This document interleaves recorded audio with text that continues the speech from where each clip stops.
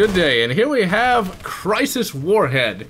This is a side story expansion for Crysis 1, and it's actually pretty good. You see, in Crysis 1, we actually had characters, and we actually had a protagonist that could talk. What a concept. And one of the characters in that game was known as Psycho. Now, he is your basic British soldier who spouts out witty lines and things of that nature. And he was so popular that he actually received his own game. And it's quite good that he did get his own game because he was probably the most entertaining character from Crysis 1.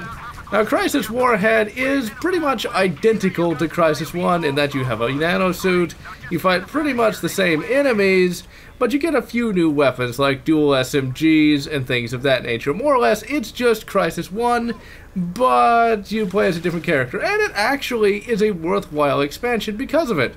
Psycho actually has a pretty good plot line. There's actually a lot of characterization that's built up around him, and he actually has some little bit of character development.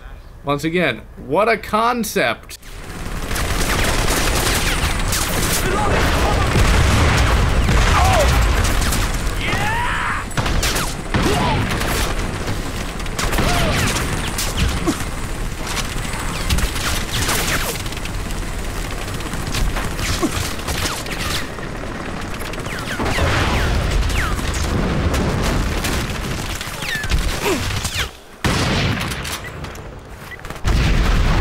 The game uses the same exact engine, but it has been tweaked a little bit to actually not require such high system requirements, meaning that this will run slightly faster and slightly better than base Crysis 1, which is quite good because anytime I try to get my computer to both record and run Crysis 1 on all high, my computer cries just a little bit.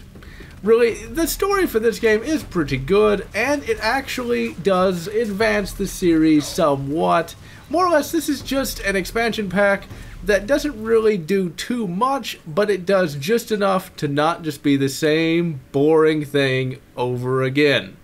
And do I recommend it? Well, actually, of all the expansion packs that I've reviewed, I have to say that I actually recommend this one the most because this is actually an amazing game in its own right, simply because you actually get to play as a very entertaining first-person shooter protagonist. You're not just another generic guy. And so, this is John, signing off.